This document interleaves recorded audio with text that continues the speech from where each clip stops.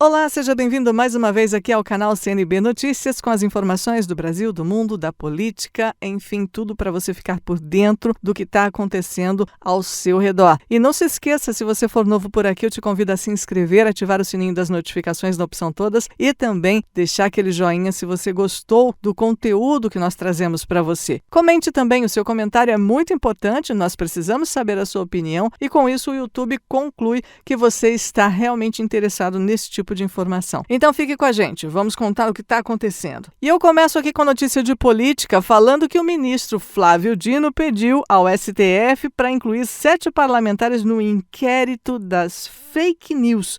Deputados e senadores que questionaram a ida de Flávio Dino ao complexo da Maré sem escolta policial podem agora sofrer uma penalização por terem questionado. Vou te explicar. Depois de ser criticado por visitar o Complexo da Maré, um dos lugares mais perigosos do Rio de Janeiro, que já é um lugar perigoso por si só, sem escolta policial, o ministro da Justiça e Segurança Pública, Flávio Dino, apresentou notícia-crime contra 2 senadores e contra 5 deputados federais. O ministro de Lula pede a inclusão destes parlamentares no inquérito das fake news, instaurado há 4 anos no Supremo Tribunal Federal. Para o ministro, eles fizeram publicações nas redes sociais que, abre aspas, insinuam, fecha aspas, o seu envolvimento com o crime organizado. Nesta terça-feira, hoje 21 de março, a Comissão de Segurança Pública da Câmara vai analisar 15 pedidos de convocação de Dino para explicar, entre outros temas, a visita à favela carioca. A notícia-crime atinge os senadores Flávio Bolsonaro, filho do ex-presidente, e Marcos Duval, do Podemos do Espírito Santo. E também os deputados Eduardo Bolsonaro, obviamente filho do ex-presidente, Carlos Jordi, do Rio de Janeiro, Paulo Bilinski, de São Paulo, Otônio de Paula, do Rio de Janeiro e Cabo Gilberto Silva, da Paraíba. De acordo com o jornal O Estado de São Paulo, essa informação aqui vem da Revista Oeste, mas de acordo com o jornal O Estado de São Paulo, o ministro na notícia crime afirmou que o STF já decidiu que, abre aspas, a imunidade parlamentar não pode ser usada como verdadeiro escudo protetivo para a prática de atividades ilícitas, ainda mais quando contrárias à ordem constitucional e ao Estado democrático, fecha aspas. Bom, gente, o ministro sustenta que esteve na Maré, na favela, no último dia 13, para o lançamento do boletim Direito à Segurança Pública na Maré, publicação que sistematiza dados sobre impactos da violência armada no Complexo da Maré, no Rio,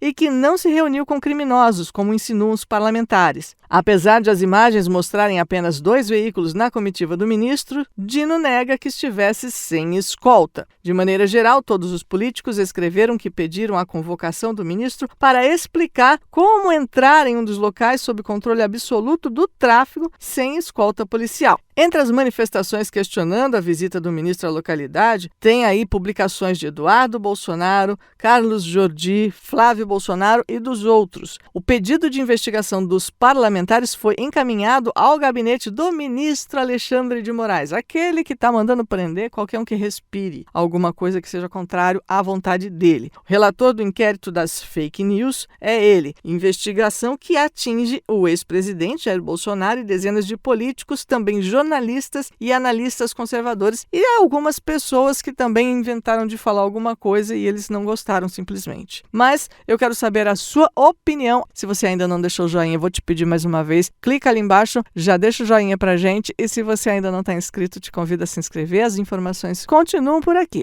Roberto Jefferson detona Jair Bolsonaro. Pois é, pessoal aqui do CNB Notícias. Polêmica hoje, hein? Direto do presídio. Roberto Jefferson não tem poupado Jair Bolsonaro de pesadas críticas pela postura que adotou após a derrota eleitoral para Lula. É isso que você confere agora, mas antes, já segue o nosso canal e liga o sininho de notificações. Do presídio em Bangu 8, no Rio de Janeiro, Roberto Jefferson não tem poupado Jair Bolsonaro pelas pesadas críticas. A pessoas com quem tem convivido no cárcere disse que o capitão pulou do barco em meio à tormenta, uma referência ao fato de o então presidente ter deixado sem orientação os manifestantes após a derrota para Lula. Pelo raciocínio de Jefferson, prisões poderiam ter sido sido evitada se Bolsonaro tivesse sido claro quanto às suas intenções. As críticas decorrem da postura dúbia adotada pela família Bolsonaro. No começo de dezembro, Flávio afirmava que o golpe nunca havia sido cogitado. Já o então presidente declarava na porta do Alvorada que cabia aos manifestantes decidir para onde iriam. Essa mesma crítica a Bolsonaro foi feita em tom mais suave por Carla Zambelli em entrevista à Folha de São Paulo. Roberto Jefferson também tem detonado Bolsonaro pela viagem aos Estados Unidos após a derrota. Para o dirigente, o capitão não conseguirá se reerguer após tantos movimentos equivocados e, pior, estaria rumo ao naufrágio. Para além de uma análise do cenário, Roberto Jefferson tem motivo de sobra para criticar Bolsonaro. Após o episódio no qual feriu policiais,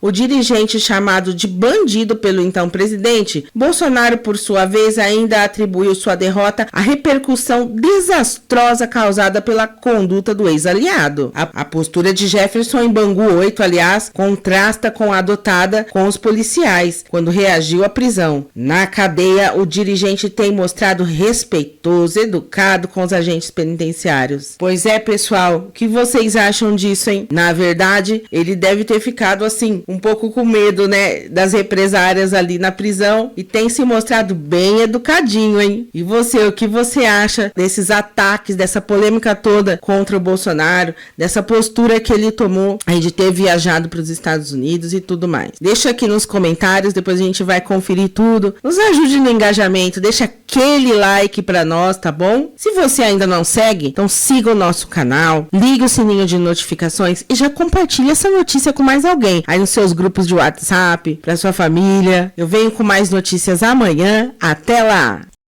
E ele está de volta. Após treta e polêmica na política, ex-candidato à presidência do país, Padre Kelmon, agora exige indenização de R$500 mil e direito de resposta. Agora a treta envolve Padre Kelmon, instituição religiosa. Ele, ex-candidato a presidente pelo PTB nas eleições de 2022, entrou com um processo por danos morais contra a Igreja Síria Ortodoxa de Antioquia, no Brasil. As informações foram publicadas nesta terça-feira no jornal O Globo. Na ação, Kelmon Luiz da Silva Souza pede R$500 mil e direito de resposta pelo fato de a igreja ter publicado uma nota durante o pleito negando que o candidato pertencia à instituição religiosa. Segundo o jornal, o advogado de Kelmon, Diego Maxwell, afirma que seu cliente teve sua imagem e sua dignidade abalada, tendo sido veiculado de maneira indevida a notícia de que era falso padre. Ainda de acordo com o jornal, a igreja ainda busca orientação de um advogado para o processo e diz que nunca passou por isso e nem tem equipe de defesa constituída. Ao longo da corrida eleitoral, o então candidato declarou ser vinculado à Igreja Católica Apostólica Ortodoxa del Peru, instituição que não é reconhecida pelas igrejas canônicas do antigo patriarcado ortodoxo. Em dezembro, porém, o ex-candidato ao Planalto foi desligado da igreja e ficou proibido de ministrar missas em nome daquela instituição.